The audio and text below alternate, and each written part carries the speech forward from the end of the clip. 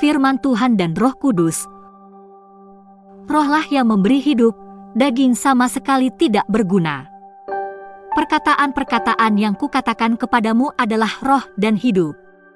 Yohanes 6 ayat 63 TPT. Kisah Para Rasul 19 ayat 20 menuliskan tentang kota Efesus. Dengan jalan ini makin tersiarlah firman Tuhan dan makin berkuasa. Bukan merupakan sesuatu yang mengejutkan jika kita mempelajari Wahyu 2 ayat 2-3.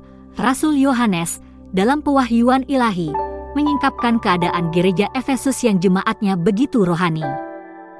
Namun, dalam Efesus 3 ayat 14-16, Rasul Paulus berdoa bagi mereka dan berkata, "Itulah sebabnya aku sujud kepada Bapa, yang daripadanya semua turunan yang di dalam sorga dan di atas bumi menerima namanya. Aku berdoa supaya Ia, menurut kekayaan kemuliaannya, menguatkan dan meneguhkan kamu oleh rohnya di dalam batinmu." Dia berkata, "Aku berdoa supaya Ia, menurut kekayaan kemuliaannya, menguatkan dan meneguhkan kamu dengan kuasa oleh rohnya yang mengerjakan mujizat di dalam batinmu." Dia menekankan pentingnya memberi pengakuan akan pekerjaan firman Tuhan dalam hidup kita dan pekerjaan Roh Kudus dalam pertumbuhan kekristenan kita.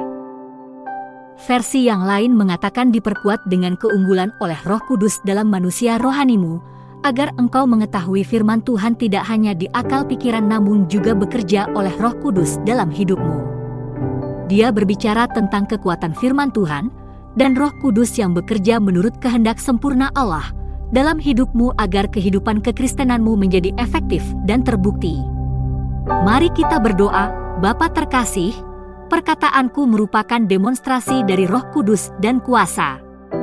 Aku memperkatakan perkataan yang konsisten dengan kehendak-Mu, rancangan dan maksud ketetapan-Mu senantiasa, memahami bahwa perkataanku penuh kuasa untuk berhasil bagi kemuliaan-Mu. Amin. Ayat renungan hari ini terdapat dalam Yohanes 6 ayat 63, Yohanes 14 ayat 26, 2 Korintus 4 ayat 13.